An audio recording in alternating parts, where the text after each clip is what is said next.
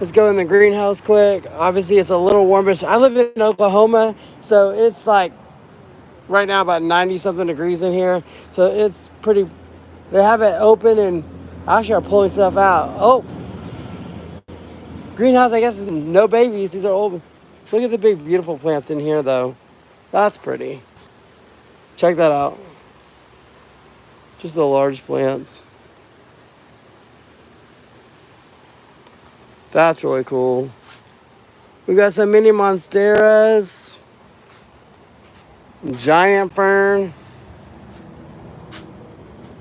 So you have some of the bigger plants out here, hanging plants.